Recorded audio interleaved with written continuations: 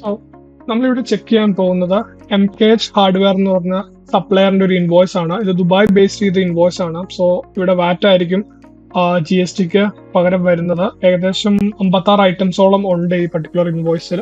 So നമുക്ക് ഇതൊന്ന് ടാലിയിലേക്ക് scan my invoice through enter ചെയ്ത് നോക്കാം. സോ ഞാനിവിടെ ടാലിയിലേക്ക് വന്നിട്ടുണ്ട്. ഞാനിവിടെ ഈ പർട്ടിക്കുലർ ലെഡ്ജർ ഒന്ന് ക്രിയേറ്റ് ചെയ്തിട്ടുണ്ട് MHK. സോ പക്ഷെ എൻട്രീസോ വേറെ ഒന്നും പോസ്റ്റ് ചെയ്തിട്ടൊന്നുമില്ല.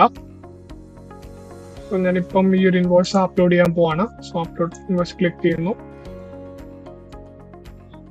വേറെ സെലക്ട് ചെയ്തു.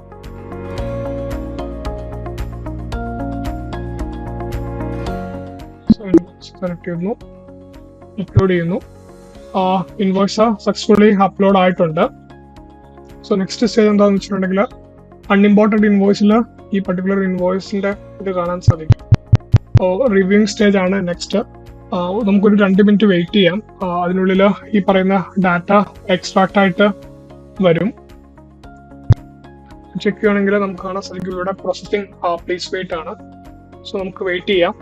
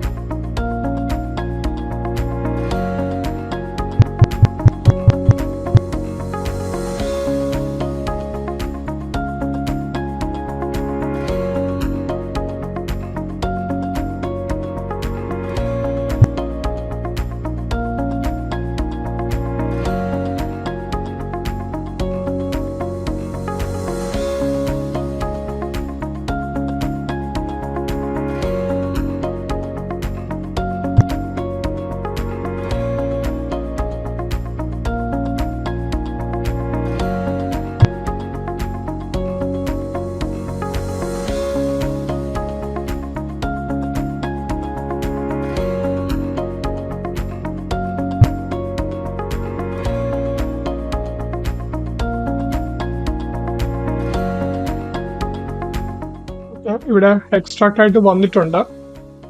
നമുക്കിവിടെ നോക്കുവാണെങ്കിൽ ഐറ്റംസ് എല്ലാം എക്സ്ട്രാക്ട് ആയിട്ട് വന്നതായിട്ട് കാണാൻ സാധിക്കുന്നുണ്ട്. നമുക്ക് ജസ്റ്റ് ഒരു റോ ഒന്ന് ചെക്ക് ചെയ്യാം.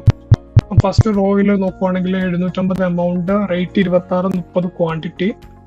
So 30 quantity, 26 rate, 780 amount. VAT ആയതുകൊണ്ട് തന്നെ ഇത് ഇന്ത്യൻ കോണ്ടെക്സ്റ്റ് ആയതുകൊണ്ട് ഇവിടെ GSTയിൽ അത് ഫില്ല് ചെയ്ത് വരില്ല. ഈ ഐറ്റംസ് ഒന്നും ഇവിടെ എന്റെ ടാലിയിൽ ക്രിയേറ്റ് ചെയ്തിട്ടില്ല, 56 ഐറ്റംസ്. സോ ഇവിടെ ഞാൻ ജസ്റ്റ് ഒരു ഒറ്റ ക്ലിക്കിൽ ഇത് മൊത്തം ക്രിയേറ്റ് ചെയ്യാൻ പോവാണ്. സോ ഇവിടെ എല്ലാ ഐറ്റവും ഇപ്പൊ ക്രിയേറ്റ് ചെയ്ത് കഴിഞ്ഞു. സോ ഞാനിത് വിത്ത് ഇൻവെന്ററി ടാലിയിലേക്ക് പോസ്റ്റ് ചെയ്യാന്നാണ് വിചാരിക്കുന്നത്. സോ ഞാനിത് ഇമ്പോർട്ട് വിത്ത് ഇൻവെന്ററിയിൽ ക്ലിക്ക് ചെയ്യുന്നു. സോ എൻട്രി പോസ്റ്റ് ആയിട്ടുണ്ട്. നമുക്കതൊന്ന് ചെക്ക് ചെയ്യാം.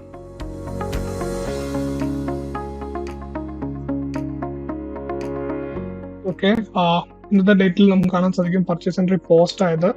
ജസ്റ്റ് ചെക്ക് ചെയ്യാം. MHK പാർട്ടി വീണിട്ടുണ്ട്, പർച്ചേസിലേക്ക് പോസ്റ്റ് ആയിട്ടുണ്ട് എൻട്രി.